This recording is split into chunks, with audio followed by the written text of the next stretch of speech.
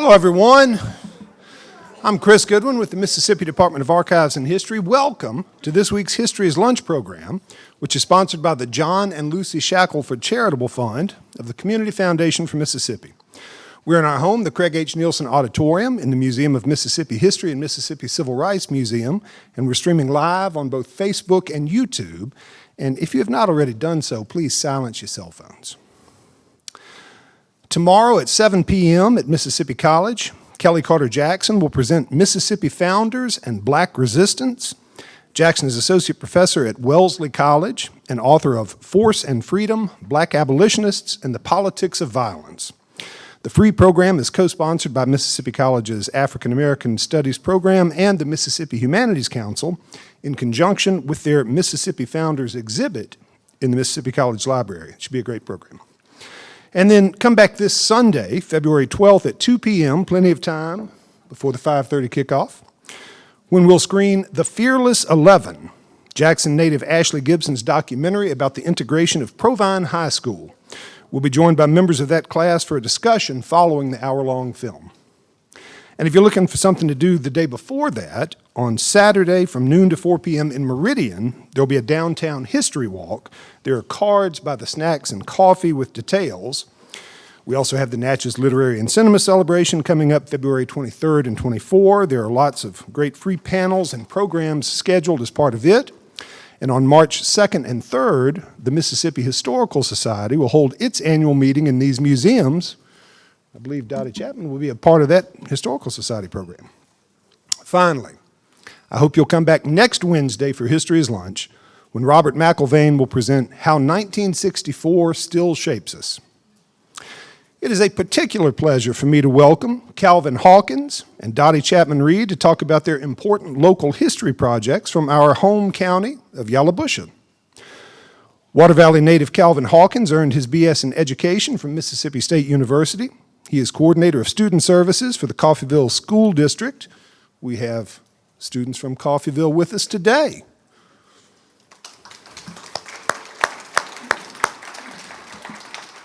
He is senior pastor at United Missionary Baptist Church in Coffeyville and president of the Board of Trustees of the Blackmer Memorial Library in Water Valley. His book, Under the Dusty Sand, tells the story of Black Yalobusha County residents from 1870 to 1970. Atlanta resident Dottie Chapman Reed earned her B.A. in political science from the University of Mississippi, where she later served as the school's first black admissions counselor. After a career in the private sector, Reed founded the consulting firm Chapman Reed Associates.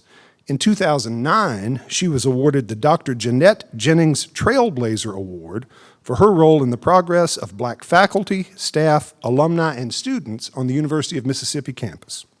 Her book is Outstanding Black Women of Yalobusha County. Help me welcome both of them to our series. We'll hear first from Calvin Hawkins.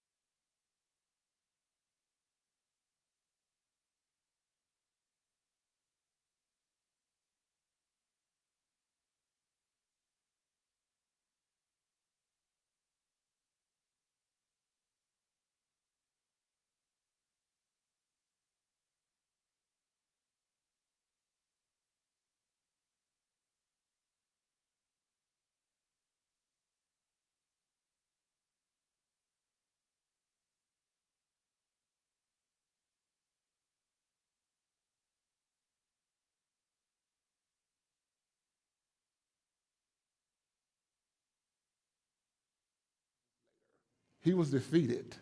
Tom Spearman was elected as the first colored tax collector in Yalobusha County, and Jack Riddick was selected as the officer of the law after the Civil War, which was the first African-American police officer.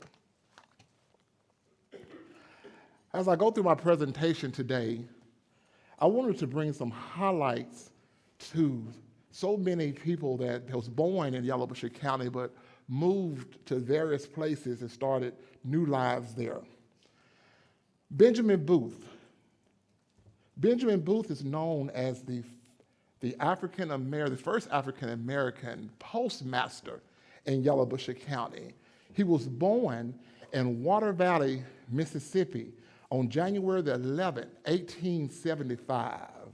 Mr. Booth was as I say, he was the first known postmaster in Water Valley, which he served from July the 5th, 1884 to December 5th of 1885.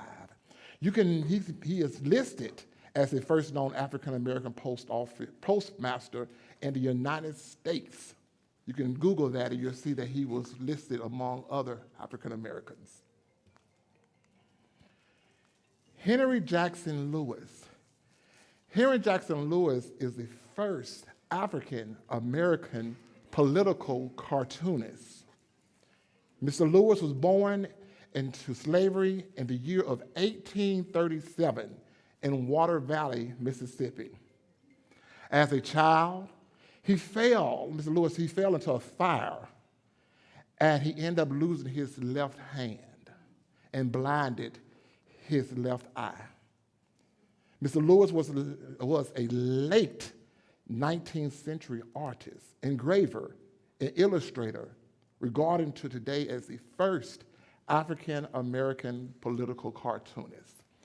And as we look today, these are some of the works that Mr. Lewis published. He was the first artist engraver to join the arts department of the Indianapolis Freeman. Mr. Lewis' work, I'm gonna go to the next slide, his work is displayed at the DuSable Museum of African American History, which is located in Chicago, Illinois. Lloyd Gaines. Lloyd Gaines was born in 1912 in Water Valley, Mississippi. He was a civil rights activist. He graduated from an all-black school in Missouri, and he won many different scholarships and awards. He enrolled at the Teachers College, but dropped out for wanting more money. Then he won another modest scholarship, and with the help from his brothers and churches, he entered Lincoln University. He received a Bachelor's of Arts degree in history and a Master's of Arts degree in economics from Lincoln University. After he graduated, Mr. Gaines wanted to go to law school, but he was denied the admissions to go to the University of Missouri. After his appeal was carried to Missouri Supreme Court, the Supreme Court reversed the decisions due to the state of Missouri being obligated to provide equal facilities for African Americans. Mr. Gaines, he disappeared shortly after the decision was made, but he was still able to receive an honorary doctorate degree in 2006 from the University of Missouri. A structure was erected in honor of his remains in the St. Peter's Cemetery in St. Louis. Mr. Gaines. As we look on our screen, we see different articles from different newspapers that shows the disappearance of Lloyd Gaines. And we also see a picture of him in the library, a picture with him with his fraternity brothers, and also another picture with him in the library. Honorable Edwin Jefferson. Mr. Jefferson was born May the 22nd, 1905 in Coffeyville, Mississippi. but he relocated with his family to Los Angeles in 1921. He graduated from the University of Southern California in 1929 with a Bachelor's of Arts degree. He received his LLB degree on June 6, 1931, from the University of Southern California. He was the only African American in law school during this time. He had passed the state bar exam, and he was also appointed on November the 15th, 1941 through January 26, 1949, to the municipal court as a municipal court judge. He was known as the first African American judge west of Mississippi. His brother, Honorable Bernard Jefferson, he was born also in Coffeyville, Mississippi. He received his Bachelor's of Arts degree in political science from the University of California as well. He passed the state bar admissions, and he was a professor at Howard University School of Law in Washington, D.C. between 1942 and 1946. He was appointed as a Los Angeles Municipal Court judge from January 13, 1959 through May 15, 1960. And as you see, he wrote the book, California Evidence Book Benchmark, Mr. Bernard Jefferson. James Henry Goodwin, Sr. James Goodwin was an entrepreneur. He was born in Water Valley. He was the first undertaker in Water Valley. But in 1910, he decided to move to Tulsa, Oklahoma, to make a better life for his family. He began working at the Tulsa Star as the business manager. And as he was working at the Tulsa Star as the business manager, he was able to raise his children there in Tulsa, Oklahoma. As we see, this is his child, Edward L. Goodwin. As years passed on, Mr. Goodwin's son, Edward L. Goodwin, he purchased the Oklahoma Eagle. The Tulsa Star went from the Tulsa Star to the Oklahoma Eagle, and Mr. Goodwin's son purchased it. Today, this newspaper is known as the oldest African-American newspaper in the state of Oklahoma. And they was from Water Valley. And as you see in this newspaper, we'll see that they still was writing articles from Water Valley. I'm gonna step over here. They were still writing articles that was taking place in Water Valley. And as we see here, we see the superintendent of the schools there in Water Valley. So they were still writing articles, although they did not live there. Virginia Bland Scott. Miss Scott was the first African-American school teacher that was located in Holly Bluff Line School in Holly Bluff, Mississippi. I believe that is close to Yazoo, Mississippi. And she was born in Water Valley as well. I'm gonna try to go a little faster to make my time. The next slide is of Miss Mary Jefferson Manaway. And I wanted to show her picture because she had ancestors there in Coffeyville. She was the descendants of the Jeffersons family, and I wanted to make sure you all seen this picture because this picture, the next picture was found out of an old suitcase. And as we see on this picture right here, Miss Manaway, she was a school teacher, an English teacher at the Campbell School, which was founded there in Vicksburg, but later moved to the Jackson area, where it was located across from the Jackson College. And she was married to Dr. L.W.W. Lucius Manaway, which was one of the founders of Campbell's College. The next slide shows a picture. Like I said, these are rare pictures right here because these come out of family albums. This picture right here is the first teaching staff at the Campbell College from 1910 to 1911. And as we see right here, we see Miss Manaway that is sitting right here along with the staff and the president of Campbell College, which is a non-existing college.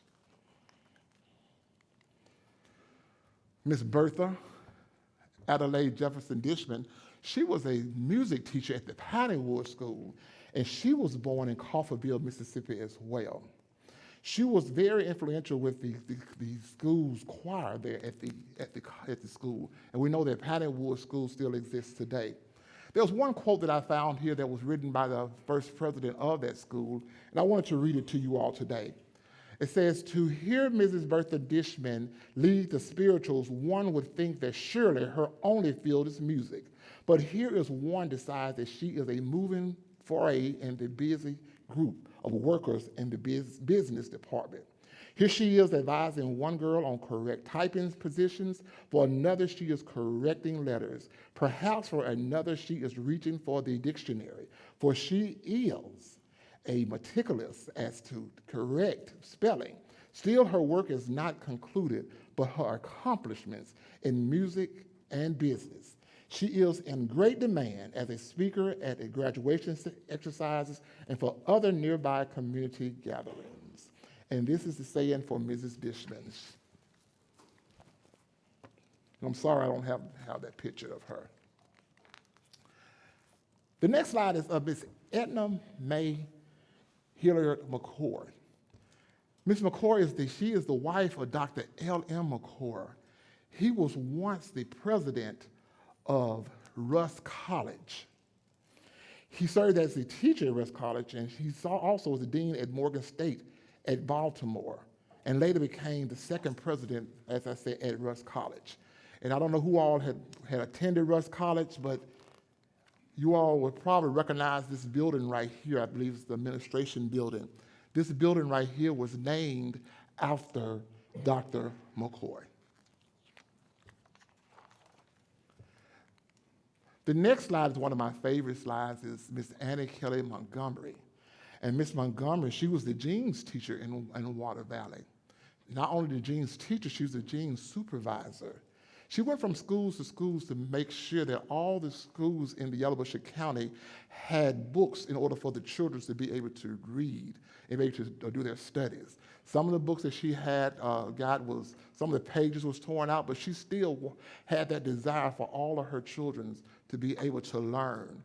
And I want to recognize her today as being just very influential to those students there during that time period. She also, not only did she, this is a group right here, you all probably recognize that building in 1938. Like I said, a lot of these was family pictures right here. This is a group of the jeans teachers that when they was doing a jeans conference in 1938. And also this is another picture of the jeans conference in the 1940s.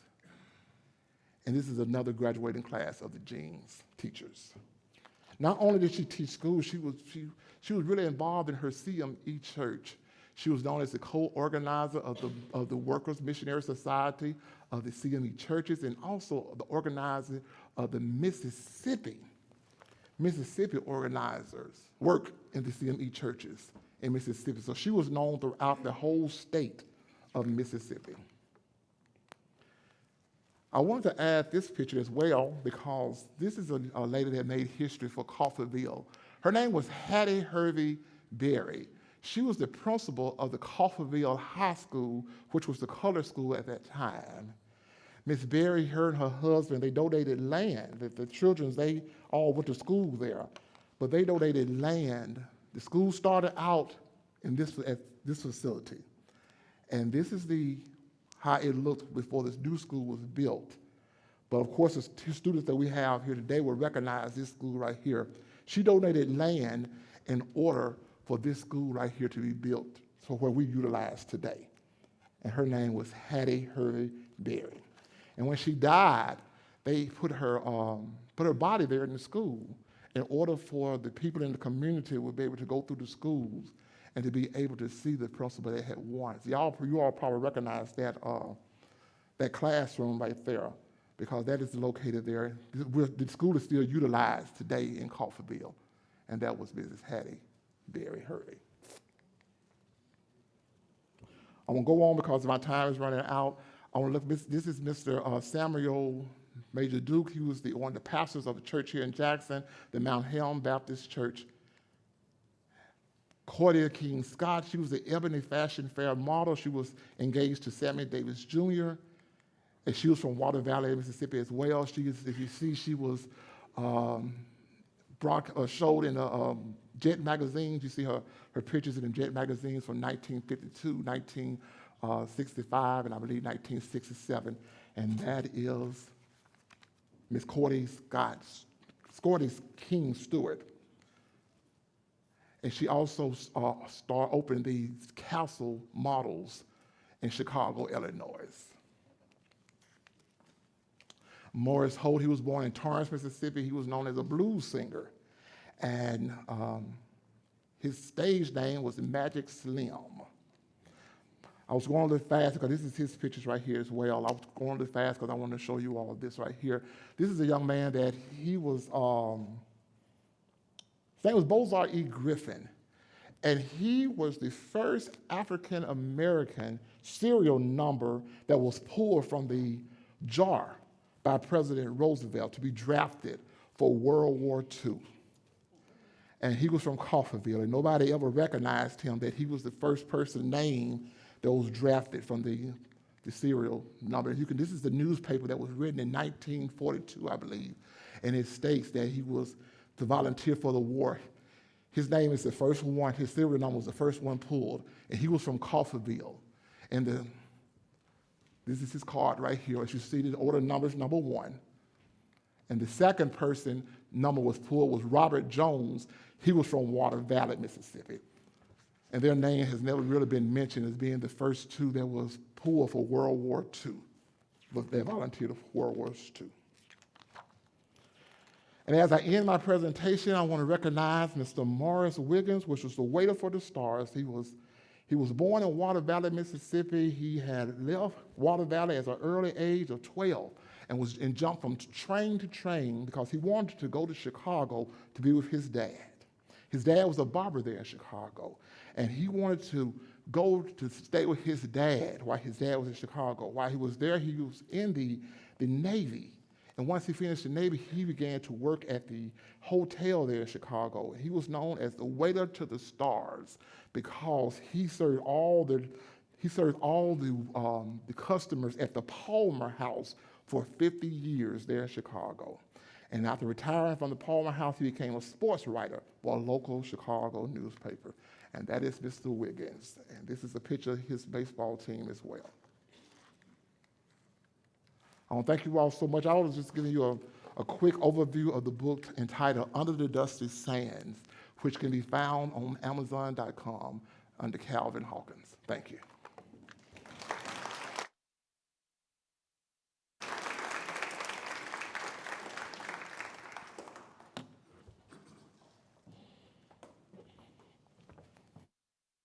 Another round of applause.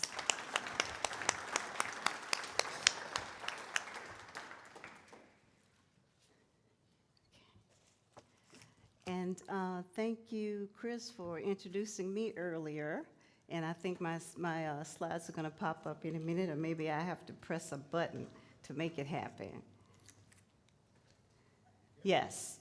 The new title of my presentation is Oral History, Memoirs Tell Our Stories. And you've just seen from the things that Calvin has collected, there are many, many stories to be told from those photos.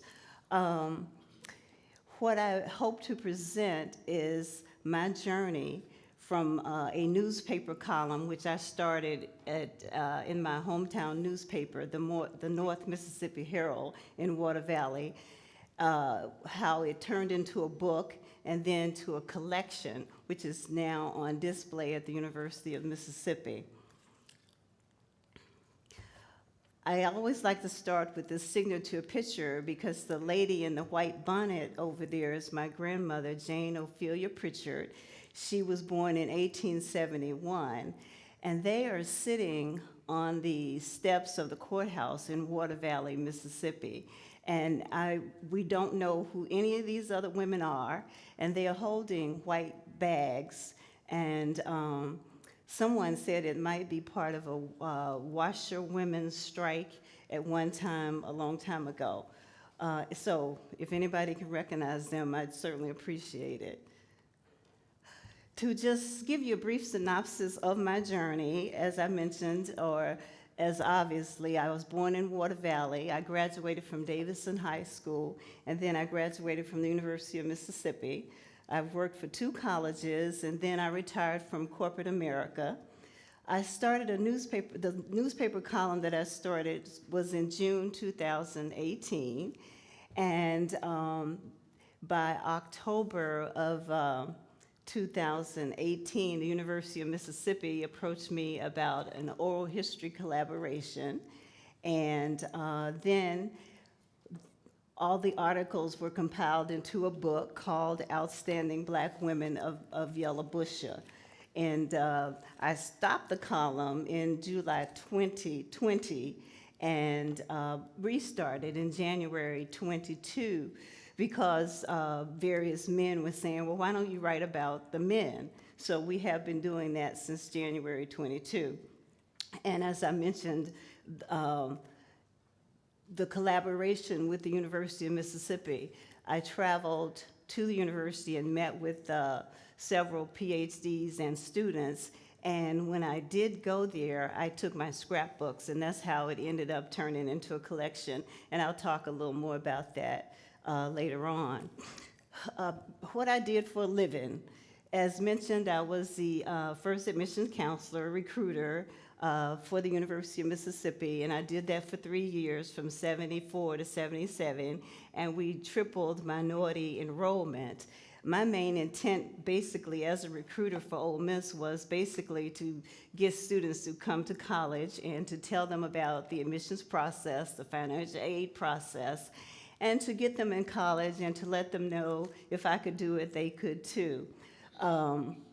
Several of my Ole Miss classmates are in the audience today, and I'm happy and overjoyed to see them. From the University of Mississippi, I went on to East Tennessee State in Johnson City, Tennessee, as the assistant director of the student union. And then I went into corporate America, working for the Wall Street Journal, McGraw-Hill, and then I retired. So I'm retired, and I'm not sure if I'm really a writer or a historian, not a historian by any means. But how it all started, I flew to Illinois to attend my cousin's funeral, and they talked about his love for Water Valley and how he often traveled back. And then a gentleman got up and he talked about my cousin and he being in my mother's Sunday school class. And I said, oh my goodness, he remembered that. And I thought about if I had not gone, I would not have heard that story about my mother. On the way back to O'Hare, I thought about all the women in Water Valley who had poured into my life and the lives of so many others, and how very few of them had ever been recognized.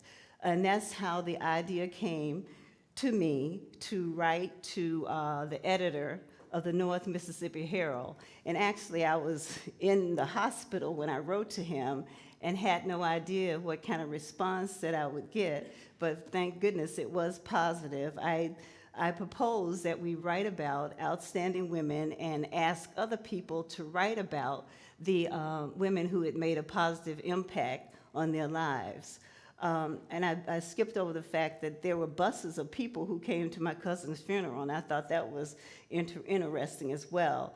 And when I left the house, you know how we do after funerals, we go to the house and spend time with our cousins and loved ones.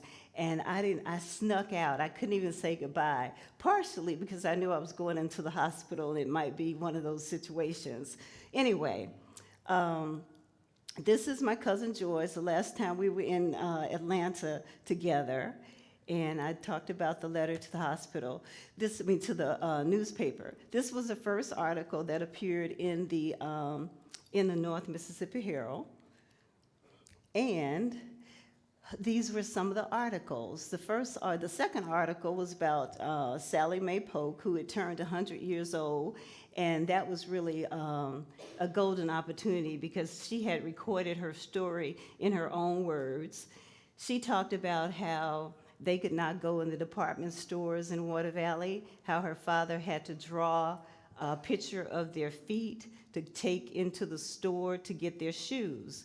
And that was quite interesting. Another thing I did in this book was I started recording reader comments because the comments did start coming in from across the country, fortunately. Article 7, I wrote about, I did a tribute to the veterans. My brother served in Vietnam, and I had all of his letters that he had written to my mother, so we published all of those letters in the book. And so it was about that time, October, as I mentioned, that Dr. Nicholas recommended or asked if it would be all right if he shared my work with the University of Mississippi, the Center for the Study of Southern Culture at the University of Mississippi. And I said, of course. And after a few visits back and forth with the folk at Ole Miss, I decided that we could collaborate. Dr. Jessie Wilkerson was the main lead person, and I invited her to come down to Everdale Baptist Church. They were having homecoming, and that was a way to introduce her to the community and let them know that she was going to be calling on different Black families to do oral history interviews. I gave her a tour of Water Valley, and one of the next articles that we did was in November 2020, and this is Miss Rosa White Wright, and the title of her article was From Legacy to Dynasty, because she is the grandmother of the first Black cheerleader at the University of Mississippi, John Hawkins, and he was very involved in disbanding the rebel flag. Another one of her grandsons recently retired as chief of police at the University of Mississippi. And then yet another of her grandsons you just heard from, Reverend Calvin Hawkins. And my memory of Mrs. Rosa was that she would sit on the front porch when the kids were going to school and coming back from school. And that was how she oversaw the kids in the community. And she has many more successful heirs. And I mentioned I wanted to feature her because her daughter Earlene and John, no matter when I ran into them on the streets of Water Valley, they wanted to know what I was doing, where I was doing it, and why I was doing it. They were very, very encouraging. And there was people like them, the reason I'm standing here today, because I stand on their shoulders. By Article 9, we featured Annette Hervey Westmoreland and her mother, and that was one of 3 of the women who integrated the white school in Water Valley. Went too fast. And everybody has a favorite teacher in high school, and Mrs. Ruby Doris Buggs Hall was one of ours. She was a true symbol of strength and integrity. She had 7 children. She taught 5th and 6th grade for math for 37 years. She was a beautician, a softball coach and player, and she started teaching when she was 21. I want to read what one gentleman wrote after we wrote the article about Mrs. Hall. And it was in the article, her daughters wrote about her. And that was another thing about this book, is that different people have written about their loved ones. And her youngest daughter, Natasha, talked about the many trips that they made down to Jackson trying to get disability for Mr. Hall, and they were never able to do that. This is an article that a gentleman wrote about Mrs. Hall. He said, "It made me smile when I opened it up and saw Mrs. Hall's," let me start at the beginning. "I just returned home to see a copy of the North Mississippi Herald lying on my kitchen counter. My wife had apparently gotten it because of an article about a friend's son on the front page. I don't subscribe to it, and I don't keep up much with what is going on in Water Valley. It made me smile when I opened it up and saw Mrs. Hall's picture. The wonderful picture you portrayed of what a fine woman she was and what a positive influence she made on so many lives was understated. In fact, I don't know if there are words that could do it justice. Mrs. Hall taught me 5th grade, I think. Lulu was my classmate and Tony was my friend. I played ball with Tony and Marvin. I was occasionally in their home. Their whole family has always impressed me so, particularly given the times we were living in.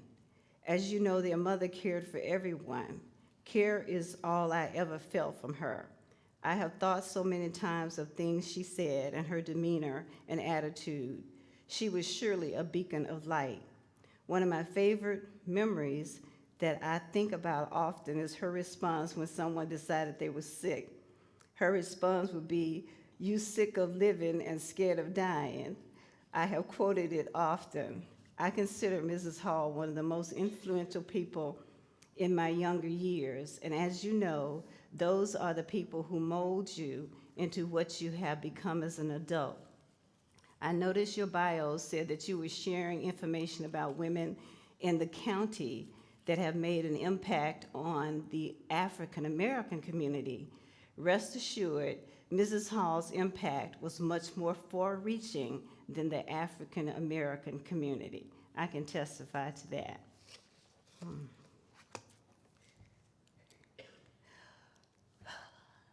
The women who worked on Dupree, Panola, and Leland Streets, much more than the help, the women who helped to raise us, was Article 22 that published on June 13th, 2019. This was an article that Camille Fly Daughtry, she surveyed all of her female girlfriends, and they wrote about the Black women who were their maids and caretakers. And one of the disappointing learnings from this is that most of them didn't even know the maids' last names. One story that Camille told me was that they had taken their maid, Mrs. Bastrom, this is Miller Bastrom's mom, I mentioned him earlier. They went to the beach somewhere here in Mississippi, and Mrs. Mildred took her swimsuit, but they were told by the hotel owner that she couldn't swim in the ocean. And so they snuck her out at night to let her swim in the ocean. So, like I said, each of the women wrote different things about the women who took care of them. And as a Black child, I think we all knew that our mothers, and especially my mom, did worked for white families and cared for white children. And that was a sacrifice. You know, they left us home oftentimes to go and take care of other children. The Black Families of Yalobusha Project, that is what the graduate students at the University of Mississippi ended up doing. They conducted oral history interviews of Black families in Yalobusha County, and those interviews are posted on the eGrove Ole Miss EDU website. To acclimate the students, we did a tour of Water Valley, we toured the Davidson School, we toured the block, which is where most of the Black clubs and stores were at one time. We launched it at the Mount Moriah Baptist Association, which was an opportunity for several churches to be there and to hear what the students were about getting ready to do. One of the stories that stood out in terms of the interviews was Mr. Luther Fosen, who was in graduate school at Ole Miss, and he had a professor who refused to call on him when he raised his hand. So he said, a white gentleman from Texas said, you know, "Professor, if you can't recognize Mr. Fosen, I'm not going to participate in the class." That same professor told Mr. Folsom to come to class on a Saturday morning, and he did. He was sitting in the classroom in Oxford, and nobody was around, and the dean or somebody walked down the hall, and they said, "Folsom, what are you doing here?" And he says, "Well, Professor so-and-so told me to come." So he just told him that, just to be hard, just to be difficult, to be racist, I guess I should say. This is a picture of me and Jessie when we were getting the collaboration together. She has moved on. She did an article entitled "Preserving Our History to Help Us Understand the Past and the Present." By that time, it was August 2019. This whole project involved, of course, several meetings with different professors. We got a donation from a foundation. The graduate students did an oral history presentation in Water Valley at one of the churches, and then they went on to do it at the university as well, spoken word presentation. And this is our group. The lady in the gold skirt, Miss Lily Caldwell, is well into her 90s. She was the first Black person that we know to register to vote in Yalobusha County, and she says that there were probably others before her, but they were afraid to admit it. Most of the students are on the back row. Let's see. And this is just a little synopsis of what has happened since then. We've had an article in the Southern Registry. The university has published several articles. Jessie went on to the University of Virginia and turned everything over to Brian Foster, who's also an author, and he has also moved on. Jessie is at the University of West Virginia, and Brian ended up at the University of Virginia. And as I mentioned earlier, all of the oral history interviews are posted on a website. Going too fast. Does anybody know this gentleman? What is his name? Oh, listen, a lot of people know him. This is, from what I understand, he's an outstanding professor at Jackson State University, and would you believe, of all things, he wrote an article about having visited Water Valley, and he visited on a sad note. The article is entitled "Good Triumphs Tragedy." His father, I believe they lived in Clarksdale, and his father had to come to Water Valley for a minor operation, a minor surgical procedure. And unfortunately, at that time, Black people were not allowed in the hospital, so they put him in a garage, and he died overnight of hypothermia. He died. So Professor Lackey wrote about that, and it's in the book, and and he just wanted to come and see where his father died. And then he went on to write about his mother and her relationship with the woman who owned the plantation that they lived on in Clarksdale. So that's another contribution that he's made in the book. Okay. Oh, all right. By June 2020, I had mentioned that I closed the column down, and that's when, after 45 articles, I was encouraged to do this compilation. But there are more articles on my website. We've written about several families, and the students are still doing research, and all their work, as I said, has been archived. Some of the students have been able to use some of the oral history interviews on Mississippi Today. They have a website. We've had articles in the Albany, Georgia paper, and my books are on sale in several retail outlets in the state. And I mentioned that when I took my scrapbooks and the students and Jessie looked at them, we decided that the university might be interested in them, and they were. And on September 29th, we opened my collection, and we entitled it coming full circle through the University of Mississippi and to many points beyond and back. And they have 2 display cases, and they're going to be on display at the university through Black History Month.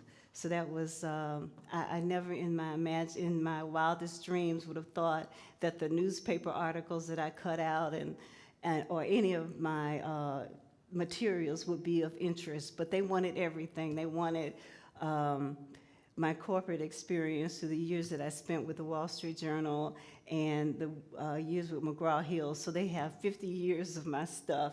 And that's what kept me busy during the pandemic, was packing up boxes and sending it. And I was really kind of glad to get rid of some of that stuff, if you know what I mean. Okay, and this is my middle son. He wasn't able to go up in September, but we made a quick trip up to Oxford in December.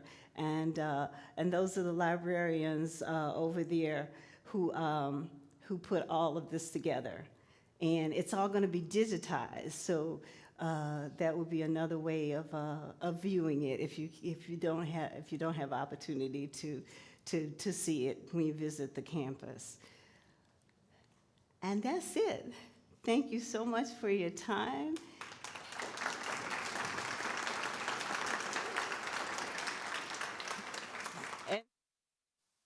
Can I get my classmates to stand up? I think we're off camera now, aren't we? Are we still on camera? We're still on camera. We got 13 minutes for question and answer. Oh, okay. All right. Well, let the old Miss folk, y'all stand up. Alberta, Kenneth, Larry, Suzette, who else? Anybody else here? Okay. Oh, Cassandra? Yeah. Thank you. Come on up. We've got time for questions from the audience. If you will raise your hand, we'll bring the mic to you and let you put it to them. Reverend Walker or Mr. Walker, Hawkins, I'm sorry. You talked about the genes, and you had several pictures of the ladies that were genes supervisors. Yeah. Would you explain what a genes supervisor was? My mother was a teacher in the 50s, late 50s and 60s, and she mentioned one of the genes supervisors in LaFleur County. And what I understand of that, I think it would be interesting to others as well. Okay. Well, the genes teaching school was started by Anna T. Jeans. Mm-hmm. And she thought there was a need for a genes teacher, for a person to assist the superintendent. So that genes teacher went from school to school to school to make sure that that school had all the equipment, everything that was needed in order for that school to operate. So that was similar to an assistant superintendent, right? Mm-hmm. And that was, and that was, as I mentioned earlier, those pictures are rare pictures because those are actually the original pictures that was found in a family album. So those are the original pictures from the genes teachers. And it was a foundation that it was set up, and I cover it here as well, Sandra. I'm just amazed by all the great stuff coming out of the Yalobusha. What's in the water, or what's going on with, try to tell an overall story of what's going on in Yalobusha that produced all these people, the community, what was going on? Well, as I mentioned earlier, and I have my book standing with me, it's titled Under the Dusty Sands. And the reason it's entitled Under the Dusty Sands is because there was a lot of people that laid the foundation for so many African Americans in Yalobusha County, started from 1870 to 1970. But a lot of people had pictures, and they had the documents showing that these individuals did this. But what do we do when we get old pictures? We pack them up in a box, we put them under the bed, or we put them in the closet, and sand collects on them. And then when you open that box, you see all of those precious diamonds and jewels that's in that box. So when you open this book, which is entitled Under the Dusty Sands, you'll see all that made a foundation from where we're at today. And it's our hope that maybe what he has done or what I've done, other small communities will do the same. Right. You know, we all need to tell our stories, and there are so many of them, and we owe it to these young people to tell our stories so they'll know that many, many folk have sacrificed for them to have the right to vote and so many other opportunities. Yeah, I mean, I normally don't weigh in on answers on these things, but I am particularly proud of what these two have done, because I don't think Yalobusha County is necessarily any different from any other Mississippi counties with regard to this. The information's there, but you had to have folks who were willing to do hard work over years with no recompense, no money coming into it, just money out of their pockets to do it. And then you had to have the wherewithal to approach the local newspaper and say, hey, I think this would be a good thing. Local newspaper didn't really have much in the way of black history. Right. You know, I mean, traditionally, when they run the pictures, it's not that. And so I think that this is a great example of what can be done and ought to be done across the state. Body books. Thank you. I think both presentations were just excellent. I enjoyed them both. And I particularly enjoyed finding out how you got started. And so, Reverend Hawkins, can you share with us what made you start this project in the beginning? Okay.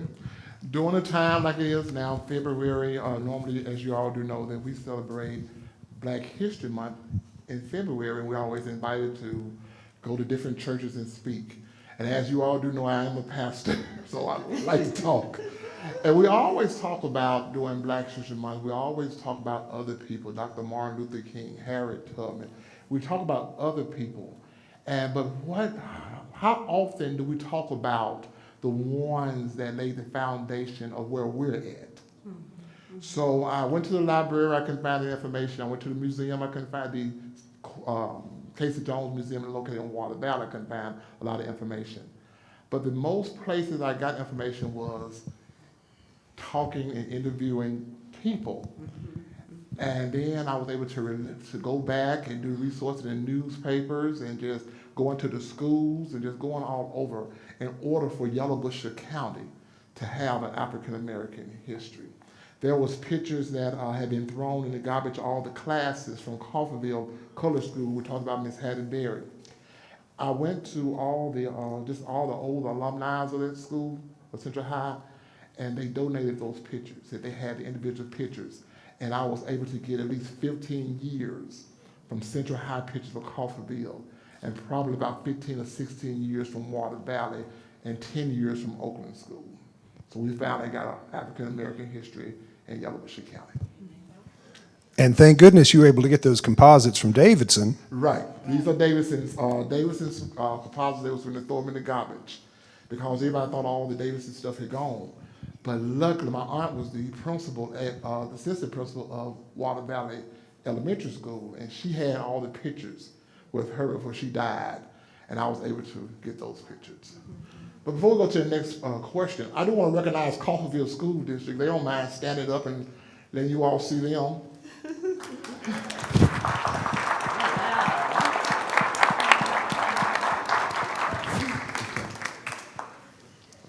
Any other questions? I wanted to add a point about the jeans. I found it. It was named for Anna T. Jeans, a white philanthropist and a Quaker from Pennsylvania who worked with Booker T. Washington. So that's how it was started. Okay. You have a comment more than a question from the live stream.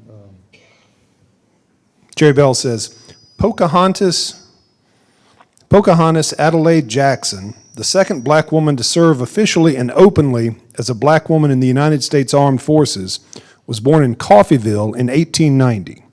She served in the U.S. Navy in Washington, D.C. as a yeoman, a personnel clerk, in World War I.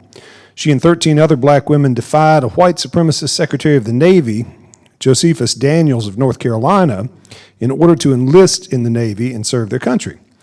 Yeoman Jackson's father, Robert Wade Jackson, was born near Fayette, Mississippi. He was educated at Shaw and Rust College and earned a Bachelor of Divinity degrees from Talladega College in Alabama. A Methodist minister and educator, he was probably preaching and teaching near Coffeyville when he met and married his beautiful wife, Pauline Jefferson. The family moved to Dallas, Texas, then returned to Lorman, where Wade Jackson served as the chaplain at Alcorn University until his death around 1904. Pauline Jefferson Jackson became the women's matron at Alcorn University after her husband's death in 1904. And we do want to add on that the ancestors of Thomas Jefferson is from Waterville. All the Jeffersons that I named, they are ancestors of course, the president, Thomas Jefferson. And the two houses that was built way in 1902 still stands on Oklahoma Street in Coffeyville today. Other questions? Comments? Calvin Hawkins has sold out of his copies of the book, and he had reordered, but they didn't make it until tomorrow. So all I can tell you about that is you can buy a copy on Amazon. But we have copies of Outstanding Black Women of Yalobusha County here for you. I'd be glad to talk to you and sign a copy. I hope that we'll see you back this Sunday for the movie screening of the Provine integration.